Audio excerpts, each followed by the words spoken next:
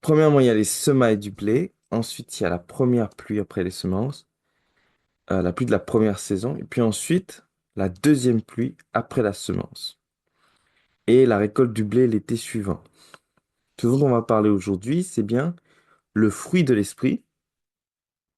Donc, ce que nous devons développer petit à petit, au fur et à mesure que nous recevons de plus en plus de l'esprit, jusqu'à la pluie de l'arrière-saison.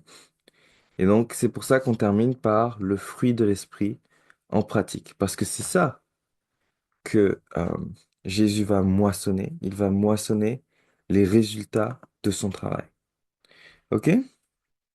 Donc, on voit que les semailles du blé, c'est quand Jésus a répandu la parole, ça représente la parole de Dieu. La parole de Dieu germe dans nos cœurs par le Saint-Esprit, comme c'est passé à la Pentecôte et par le baptême de feu dont on a parlé hier. Et finalement, ensuite, nous attendons le retour de l'Esprit, c'est-à-dire que pour ceux qui ont été préparés par la première pluie, nous allons recevoir une deuxième pluie. OK?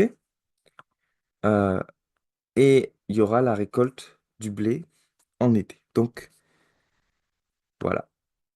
Euh, Maintenant, nous allons parler du fruit de l'Esprit. On connaît ce texte, Galates 5, verset 22. Le fruit de l'Esprit, c'est l'amour, la joie, la paix, la patience, la bonté, la bénignité, la fidélité, la douceur et la tempérance. Alors, comment voit-on ce fruit chez les autres? C'est un échange. Comme les réunions précédentes, vous pouvez intervenir, ouvrir le micro, parler dans le chat. OK? Et donc là, j'ai posé une question. Comment on voit ce fruit chez les autres? L'amour, la joie, la paix, la patience, etc. Selon, bonjour, selon Bonjour. le comportement, Selon le comportement, oui.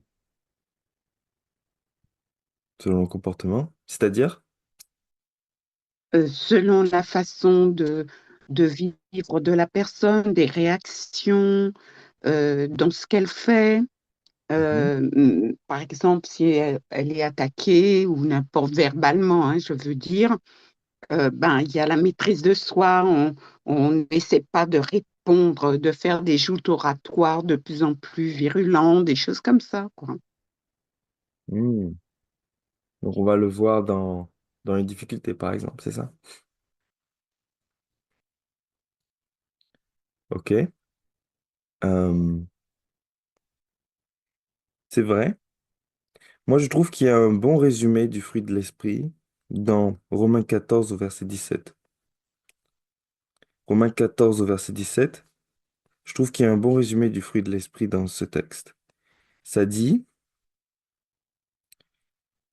la...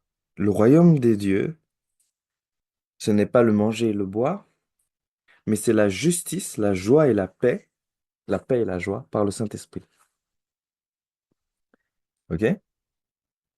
Et c'est quelque chose qui est un signe visible. Ce sont trois choses principales visibles.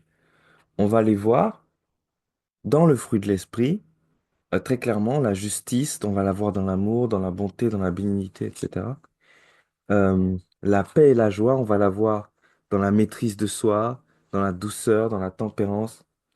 Et on va voir toute cette force de l'esprit, tout ce royaume de Dieu, on va le voir dans le fruit de l'esprit. Et la paix et la joie, ça va être des choses qui vont être très visibles, très présentes dans la Bible. Euh, on dit de rechercher la paix. On dit que le fruit de la justice est semé dans la paix. On dit que la paix soit avec vous tous qui êtes en Christ. Appliquez-vous à être trouvés par lui sans tache et irrépréhensible dans la paix. Donc il y a vraiment une paix qu'il faut absolument rechercher. OK? Une paix qu'il faut absolument rechercher. Ellen White nous dit que les épreuves, hein, toutes les épreuves reçues comme des éducateurs produiront la joie. Toutes les épreuves reçues comme des éducateurs produiront la joie.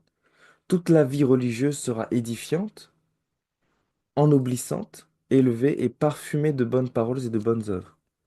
L'ennemi est ravi de voir des âmes se plaindre et trébucher sur leur chemin, déprimés, abattus, pleurant et gémissant, car Satan veut donner une telle impression des effets de notre foi.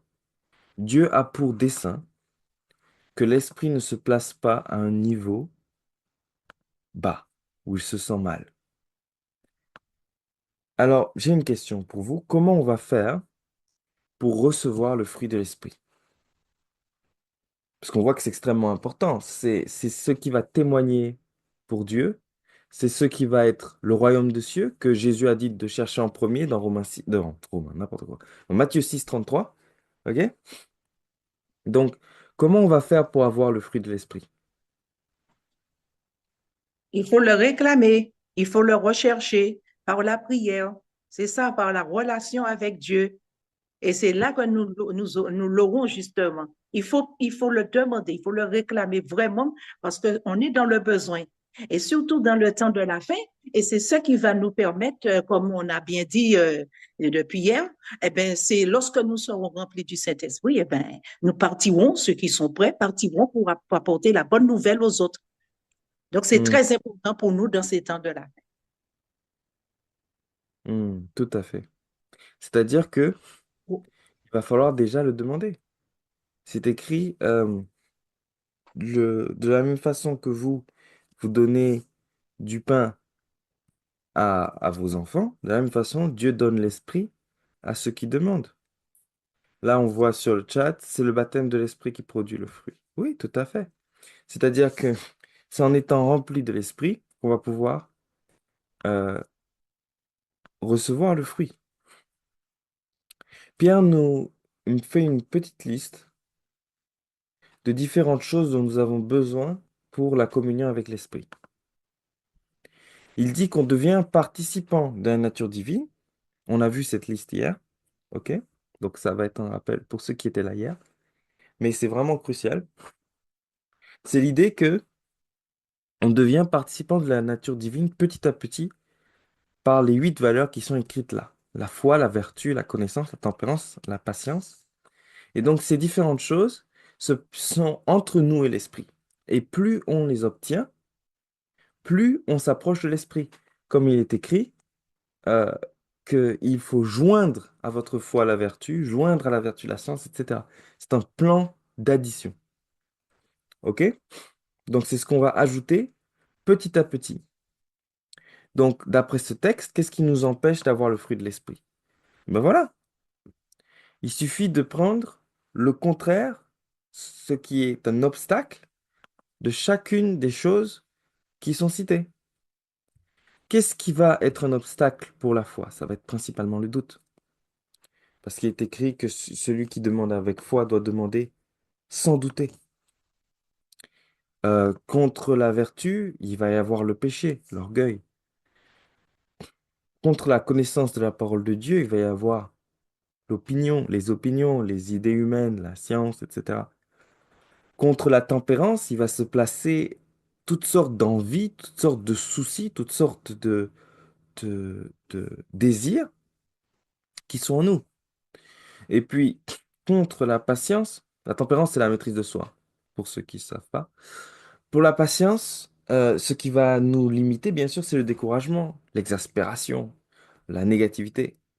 Et puis, pour la piété, ça va être les préoccupations et les occupations de la vie quotidienne qui nous empêchent de passer du temps avec Dieu et qui nous empêchent aussi de prendre les bonnes décisions.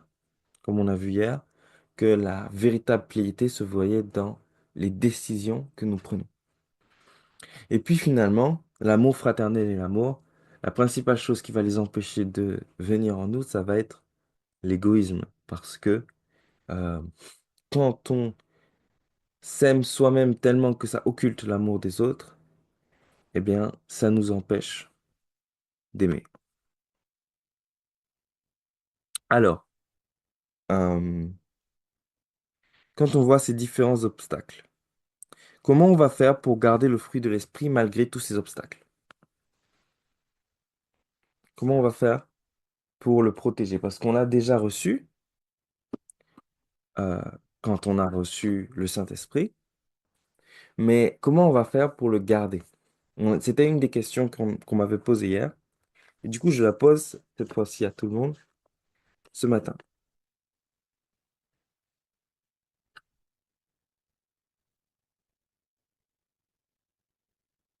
Je pense que c'est en restant justement en communion avec Dieu, comme Enoch était, comme Enoch vivait, je pense qu'on devrait suivre justement cet exemple afin de garder l'esprit.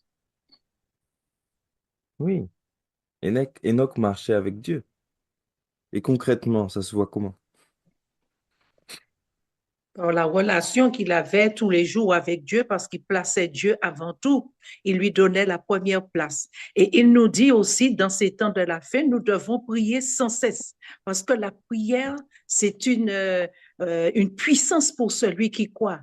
Donc, nous avons besoin de cela. C'est par l'intermédiaire de la prière, d'études aussi, approfondies, qui va nous permettre de garder le fruit de l'esprit en nous. Parce que si nous ne continuons pas à prier, eh bien, nous oublions justement, il ne faut pas oublier l'ennemi de nos âmes qui est là, eh bien, il va nous permettre de voir autre chose qui se passe dans ce monde, de nous éloigner. De toutes les façons, c'est ce qu'il cherche. Hein. Il cherche à tous les moyens de nous déstabiliser, de nous séparer de notre Dieu. Mais si, comme tu as dit, nous restons dans la présence du Seigneur, nous restons dans la prière, eh bien, c'est tous les jours, hein. Et voilà, jusqu'au retour du Seigneur, nous devons, même dans les temps les plus difficiles, nous en aurons besoin. Ben, eh bien, il faut continuer à prier dans ce sens, sans relâche. Voilà, c'est ma pensée. Oui. Prier sans cesse, rester sans Bonjour à cesse. tous. Je me Oui. permets de dire, il nous faut prier sans cesse. Le tout, c'est dans le quotidien. Face aux Mm. situations, ne pas hésiter. Et parfois, être honnête avec soi-même, se dire, tiens, face à telle circonstance, je n'ai pas réagi comme il fallait. Seigneur, il me manque tel, je dirais, telle tranche, il me manque plus de foi, plus de tempérance. Mhm. Aide-moi en ce sens. Je dirais, il faut qu'on soit au-delà de la prière, mais honnête avec soi. Et Mm. ainsi, nous allons progresser. Merci. Amen. Tout à fait. Et donc, Mais si on est rempli du Saint-Esprit, si on est à la recherche du Saint-Esprit, comme vient de dire la sœur, justement, restant connecté avec le Seigneur dans la prière, il va nous permettre, le Saint-Esprit nous parle. Le Saint-Esprit nous montre nos défauts, il nous montre quand ça ne va pas, il nous montre quand nous avons trébuché, quand ça ne va pas dans notre vie. Et c'est là que nous nous reprenons et en disant, voilà, eh bien, nous devons prier davantage, demander à Dieu de l'aide afin qu'il intervienne dans notre vie. Hein, c'est ça. Hein. Il met c'est son travail, c'est son devoir, le Saint-Esprit, de nous montrer nos fautes cachées, ce que nous ne voyons pas, nos faiblesses. mais donc, j'ai une autre question du coup. Je suis d'accord avec tout ce qui a été dit, mais j'ai une autre question du coup. Euh, Est-ce que ça veut dire rester à genoux avec sa Bible toute la journée, comme les moines par exemple, comme certains Non, moines, bien, certains ordres. bien évidemment non. Mais avoir cette relation, c'est-à-dire c'est inviter le Saint-Esprit dans tout ce que nous faisons.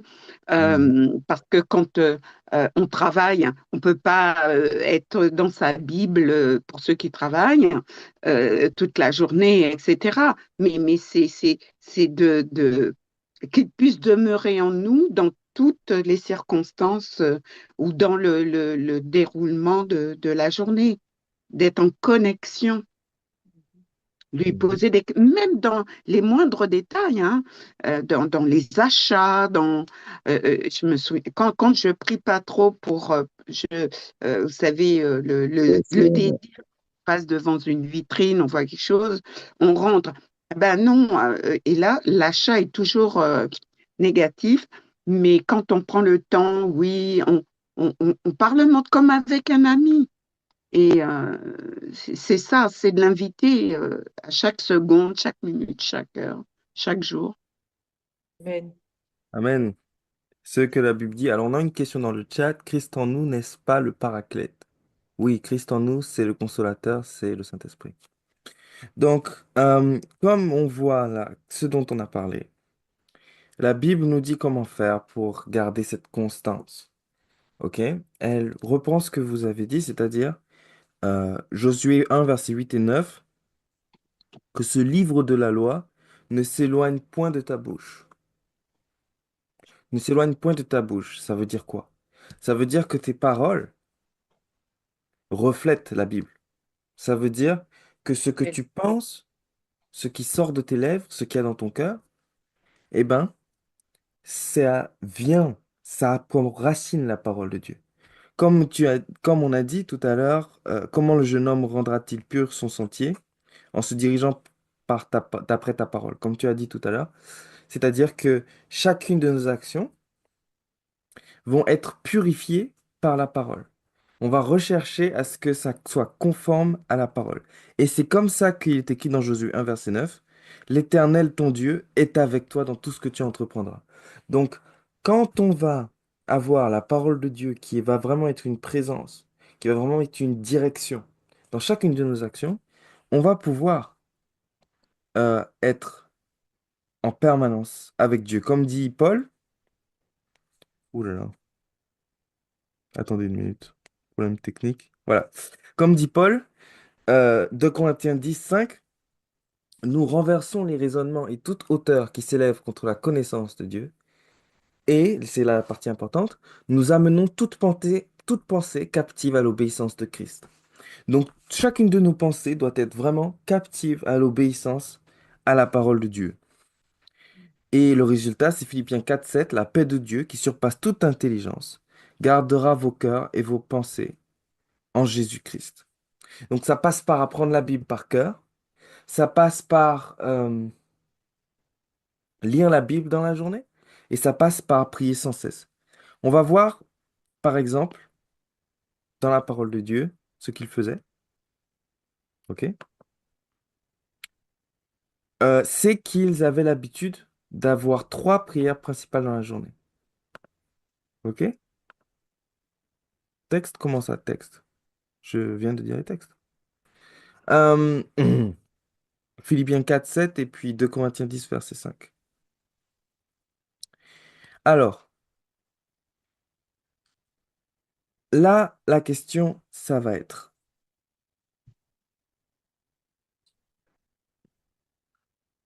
comment ça? Oui, je vais le lire, je vais le lire. Bonjour à ceux qui viennent d'arriver. Alors, ce qui se passe, c'est, regardons bien comment il faisait dans la Bible. Psaume 55 au verset 18, il est écrit, le soir, le matin et à la mi... Ah, pardon. Le soir, le matin et à midi, Dieu entendra ma voix. Le soir, le matin et à midi. Donc, ils avaient une habitude de louer Dieu 3 fois par jour. On voit ça aussi dans Daniel, où il est écrit que il priait, il priait 3 fois le jour. Il priait 3 fois le jour, c'est écrit dans Daniel 6 au verset 10. Et il est aussi écrit qu'ils avaient des habitudes de louange. On voit ça dans Psaume 119, verset 164. 7 fois le jour, je te célèbre, à cause des lois de ta justice. Donc on voit que David, il avait une vie qui était remplie de la louange. Remplie de la louange. Et il priait 3 fois par jour. Et donc, remarquons que il priait avec la loi de Dieu, puisqu'il s'est écrit, 7 fois le jour je te célèbre à cause des lois de ta justice. Psaume 119, 164. Donc c'est vraiment connecté avec ce qu'on a dit tout à l'heure. La parole de Dieu ne sortait pas de sa bouche. Il méditait toute la journée, c'est-à-dire que il lisait la parole au minimum 3 fois par jour et il la gardait à l'esprit le reste du temps. OK? Et de cette façon, nous pouvons donner les meilleures heures de la journée à Dieu. Alors, concernant les différents obstacles qui sont entre nous et la nature divine, qu'on a vu dans 2 Pierre 1, verset 5 à 7, alors je vois des micros ouverts. Vous voulez dire quelque chose? Parce que là, je parle un peu sans m'arrêter. Non. C'est une erreur? OK. Désactive. Voilà. Alors, je voulais rappeler la prière que j'avais présentée hier au sujet de, des 8 valeurs et des obstacles qui sont entre nous et la nature divine. Parce que grâce à cette prière, nous pouvons vraiment avoir l'assurance de ne jamais, comme dit 2 Pierre 1, verset 10, ne jamais tomber, ne jamais broncher, ne jamais échouer dans la présence de Dieu. Donc j'ai voulu la rappeler. Pour celles qui ont vu hier, c'est un rappel. Mais voilà. Alors là, j'ai une question pour tout le monde. Est-ce que quelqu'un a eu cette expérience de prier tous les jours euh, et d'avoir constaté des changements, d'avoir constaté quelque chose de bien qui leur est arrivé? Est-ce que quelqu'un peut témoigner de cela, de leur culte personnel,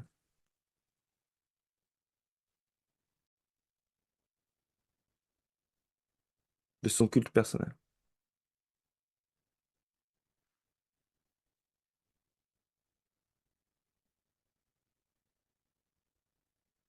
Ben moi, Lucette, j'attendais que quelqu'un le fasse, mais bon. Euh, ben, j'avais cette tendance à m'énerver facilement, à me mettre en colère, et je me suis mise à étudier Proverbes. Mhm. Et petit à petit, donc, j'avais stabilo-bossé tout ce qui concernait la colère. Oh là là là là. Et au fur et à mesure que je le lisais, que ça clame la folie, etc. Oh là là là là.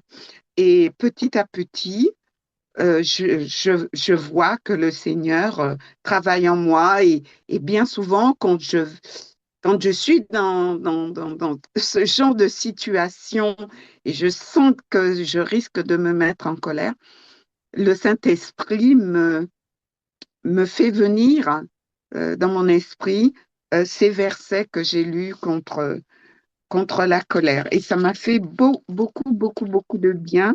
On lit pas, je pense, assez les livres le livre des Proverbes, parce que moi, ça m'a beaucoup aidé.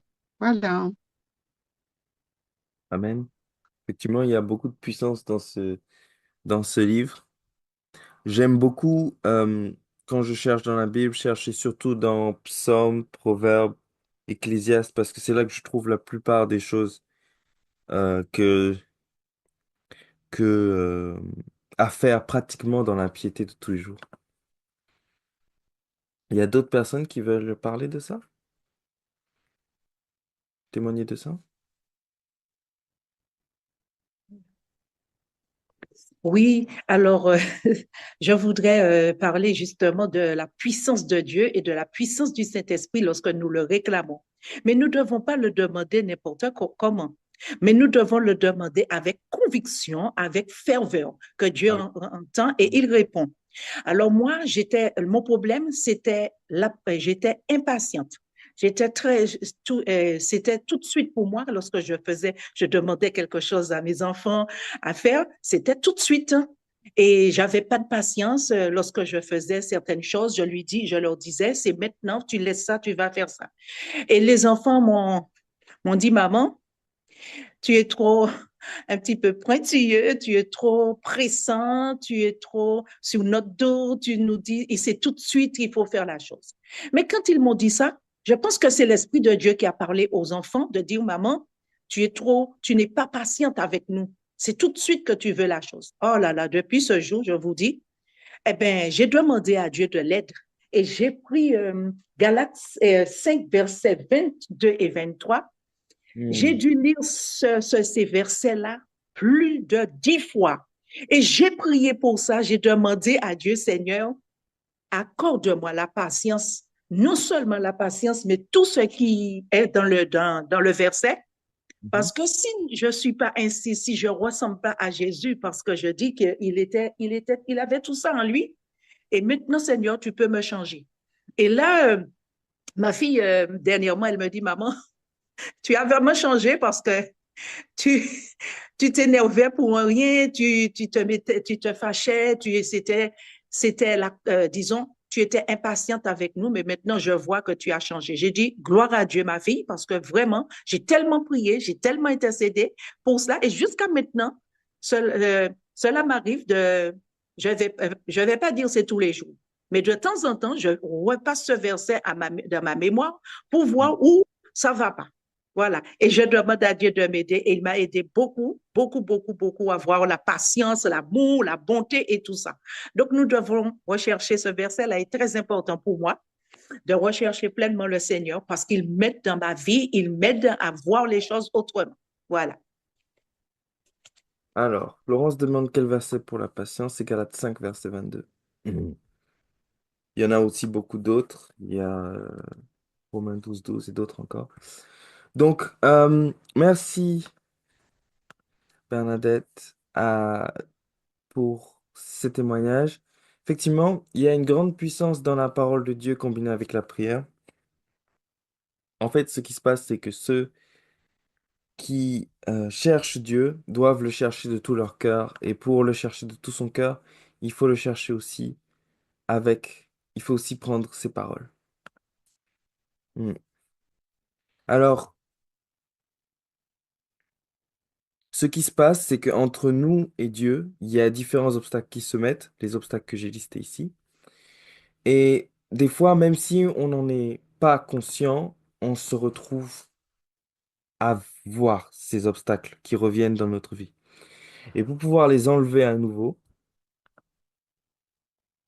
je réaffiche cette prière qui vraiment nous permet de passer par toutes les valeurs de Pierre et qui nous permet de grandir à ce sujet. Donc, premièrement, il y a la prise de conscience qui est un rappel, la prise de conscience de la grandeur de Dieu, de l'humiliation dont nous avons besoin. Ensuite, il y a la parole de Dieu qui est vraiment absolument essentielle pour accueillir la sagesse de Dieu. Et puis, il y a la paix intérieure qu'on va rechercher par la tempérance en lâchant prise sur... donc, la tempérance, c'est vraiment la maîtrise de soi. Donc, ça va être lâcher prise sur ses soucis, sur ses envies, sur ses désirs et chercher seulement la paix de Dieu.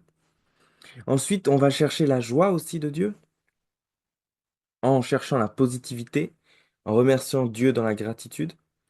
Et puis, on va prendre une décision pour grandir, pour s'approcher de la justice, de Romains 14, 17, pour s'approcher de la justice en se laissant guider par la parole, parce qu'il n'y a pas de piété sans action. Et puis finalement, l'amour qui va vraiment être dans la prière ouverte, où on va se confier à Dieu, où on va se confier en Dieu. OK? Et c'est ça qui va nous permettre d'avoir la plénitude de l'esprit, parce que comme a dit Pierre dans 2 Pierre 1, verset 5, euh, vous devenez participants de la nature divine. Et donc c'est ainsi, grâce à toutes ces valeurs, la foi, la vertu, la connaissance, la tempérance, etc., que nous allons entrer vraiment dans la nature divine et produire le fruit de l'esprit que nous cherchons tant. OK? Alors, j'ai une question. euh, pour ceux qui ont encore du mal avec la prière quotidienne, parce qu'il y en a forcément, moi aussi, j'avais du mal à certains moments. Donc, je demande, quels conseils vous avez pour ceux qui ont du mal avec cela, avec la prière quotidienne?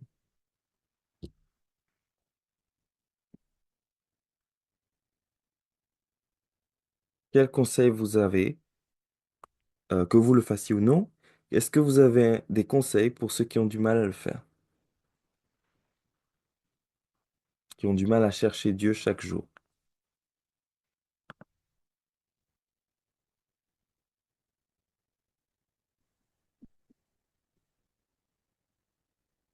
Il nous dit que la prière, c'est la nourriture de l'âme, ça c'est vrai. Mais si sans la prière, on n'est rien, hein, c'est notre manière d'avoir cette connexion avec Dieu.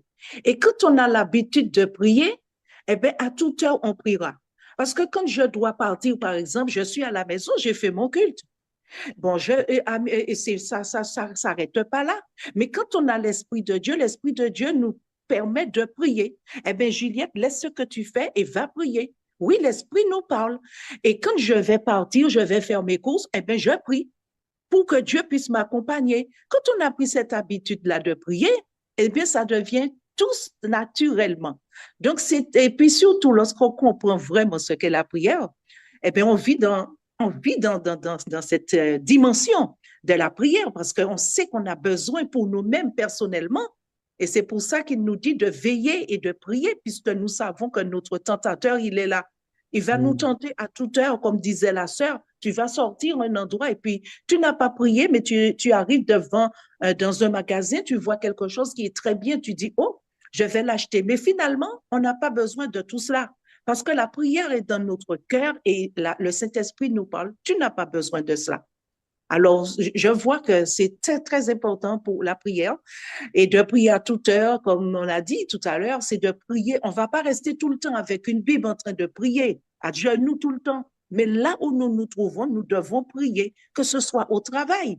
Ça m'est arrivé lorsque j'avais il y avait des soucis, lorsque je voyais qu'il y avait des conflits. Eh bien, je partais et j'allais dans les toilettes et je priais.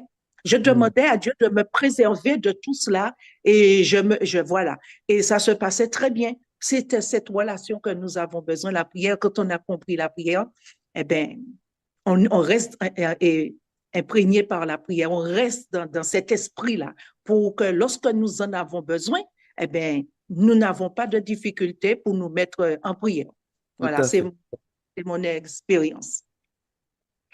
C'est-à-dire que devons nous rendre compte de notre besoin de la prière. Nous devons expérimenter la prière. Anaïs, oui, Anaïs a parlé dans le chat. Elle a dit qu'il faudrait choisir une heure précise à réserver dans son agenda. Tout à fait. La Bible dit dans Ecclésiaste 3, verset 1, il y a un temps pour tout. Donc, premièrement, il va vraiment falloir chercher à avoir un moment de prière. Ça va pas forcément être une heure, ça peut être aussi un instant, un ordre dans les tâches. Mais effectivement, c'est très bien d'avoir une heure parce que c'est très facile d'oublier sinon. Et puis quand on a une heure, même si on rate, on peut se dire, oh, je suis en retard. Tandis que quand on n'a pas d'heure, eh ben, on n'est pas en retard. OK?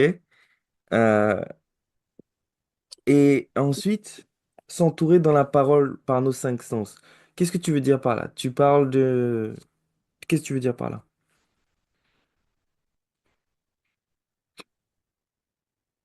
Bonjour, c'est la maman d'Anaïs. J'ai oublié de changer le prénom. Il y a un petit peu de bruit autour Ah, de ok. moi, donc j'espère que vous ne serez pas Ok. dérangé. En fait, s'entourer par les cinq sens, moi je réalise que c'est vrai qu'en tant qu'adulte, on dit souvent ouais, il faut prier, prier, prier. Mais pour les jeunes, c'est pas quelque chose qui est naturel, intuitif. Autant quand on a 2 ans, 3 ans, à faire des prières qui vont être mimées sur les prières de nos parents, prier pour les malades, le pardon des péchés, des choses comme ça. Mais quand on est jeune, je pense que c'est vraiment important de pouvoir les guider à avoir une atmosphère spirituelle autour d'eux par leurs cinq sens, c'est-à-dire ce qu'ils vont entendre, ce qu'ils vont voir, ce qu'ils vont toucher, et dans tout ça, en fait, chercher la présence de Dieu. Mais ça demande beaucoup d'accompagnement de la part des parents.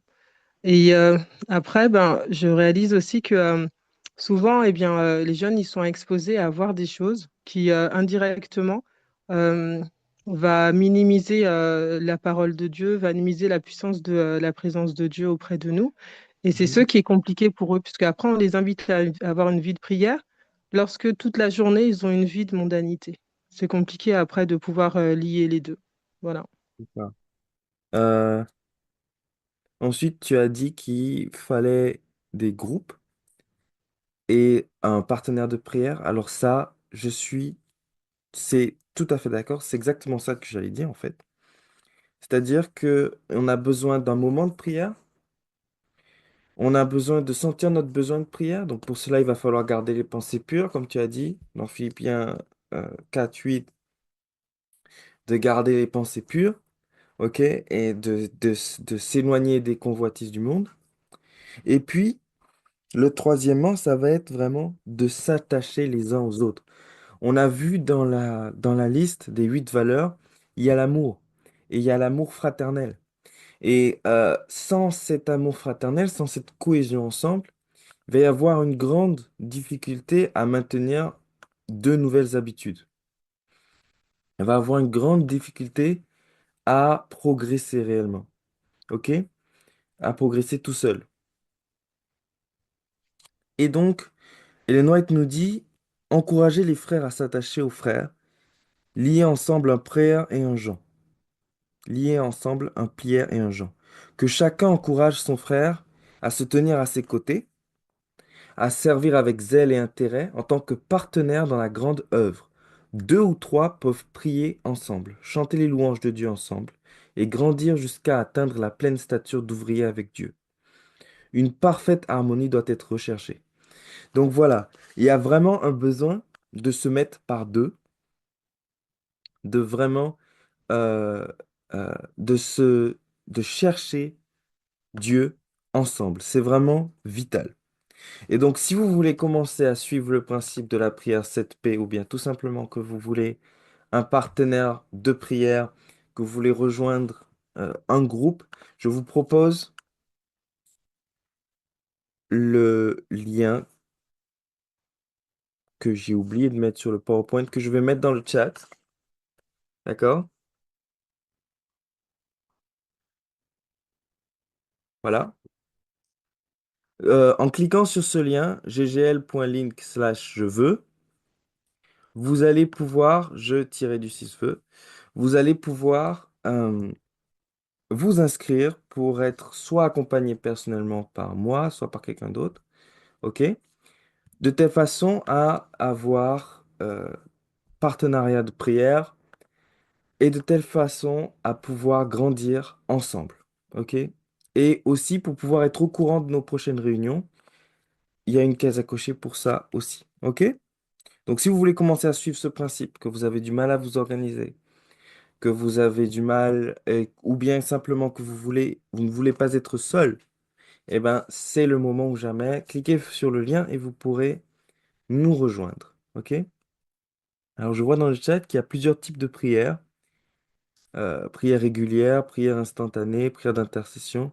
Oui, il y a toutes sortes de prières. Ce qui est important, c'est vraiment de ne pas cesser de prier et de prendre le temps de recevoir les différentes valeurs du fruit de l'esprit et des différentes valeurs de l'échelle de Pierre dont on a parlé de 2 Pierre 1, verset 5 à 7. OK?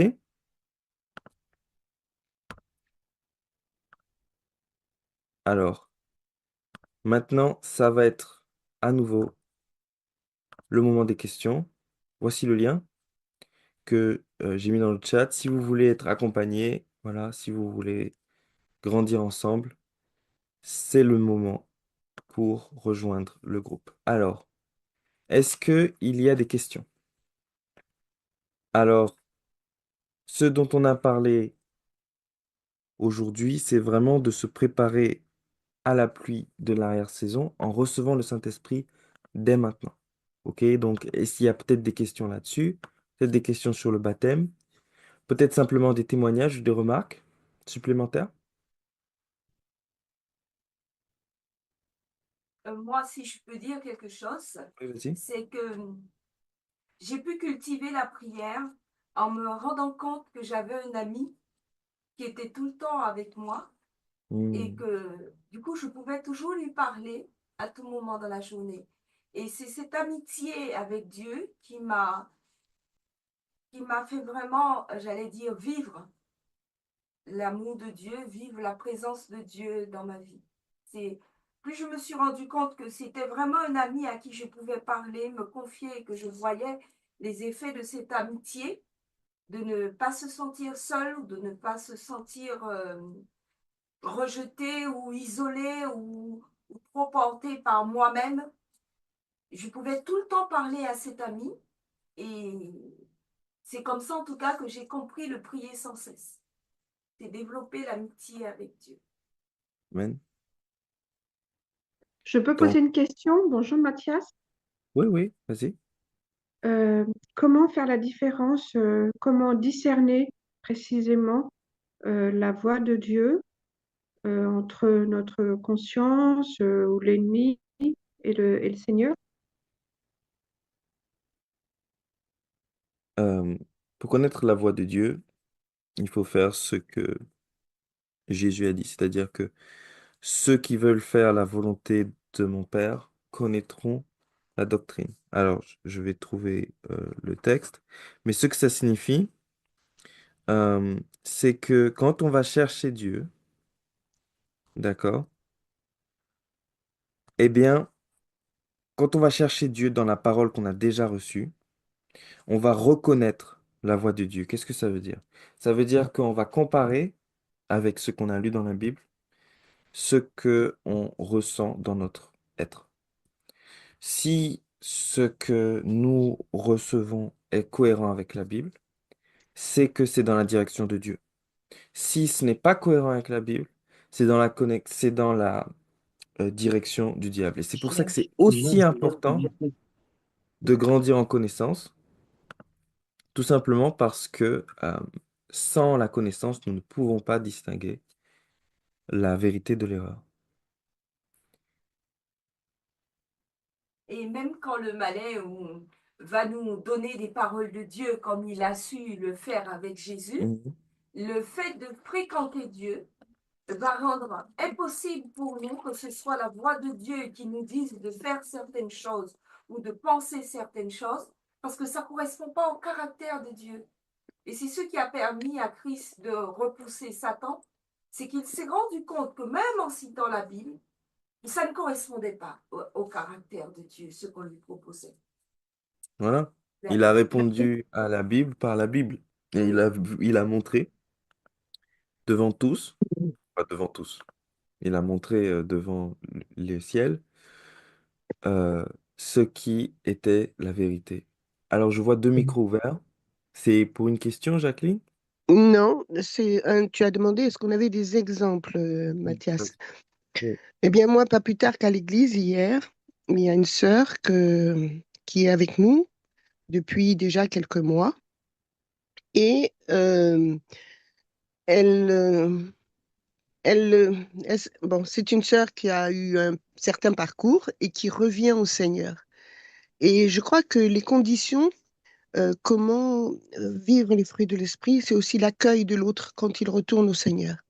Et cette sœur a pleuré abondamment. Enfin, vraiment, je ne m'attendais pas à ce qu'elle me tombe dans les bras et qu'elle pleure comme ça et Mhm. qu'elle remercie pour l'accueil qui lui a été fait, de, de ce qu'on l'a accepté. Et je crois que c'est Dieu qui juge, c'est pas nous qui jugeons. Et nous sommes trop promptes à juger les autres. Sa vie, je la connais pas particulièrement, mais elle était vraiment reconnaissante de ce qu'on lui permettait de reconnecter avec Dieu, de reprendre son parcours spirituel avec Dieu. Et je crois que les conditions, l'accueil que nous faisons à nos frères et sœurs qui reviennent au Seigneur, c'est quelque chose d'essentiel, non seulement pour leur croissance, mais aussi pour nous parce que nous ne sommes pas toujours conscients du mal qu'on peut faire en rejetant l'autre. C'est vital. C'est là qu'ils Mhm. vont voir le fruit de l'esprit, tout simplement. C'est là qu'ils vont voir le fruit de l'esprit. C'est là qu'ils vont voir ce dont nous avons besoin. Voilà. Alors là, il y a une chronologie qui est proposée.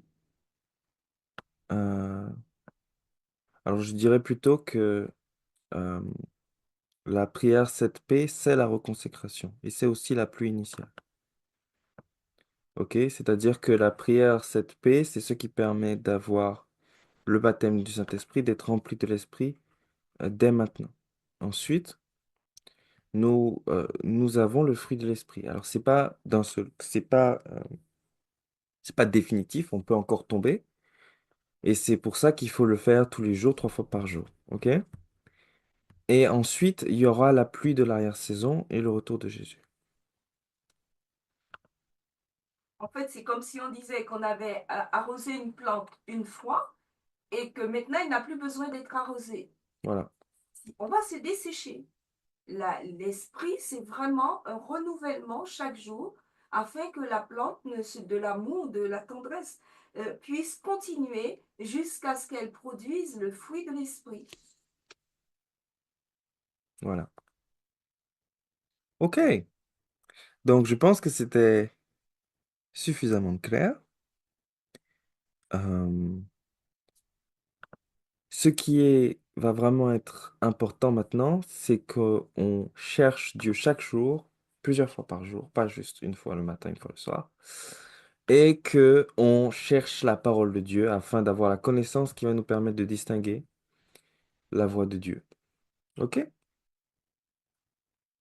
Donc, je vous souhaite une bonne journée. Pour ceux qui ont suivi du début à la fin, bravo et merci. Au revoir. Au revoir, Mathias, et merci beaucoup et que Dieu continue à te bénir abondamment pour nous instruire aussi quand on a besoin de s'unir, de s'entendre. Voilà, que Dieu te garde. Bonne journée à tous. Que Dieu vous bénisse. Bonne journée à Merci, tous. bonne fin de journée. Bonne journée Au à revoir, tous. Mathias.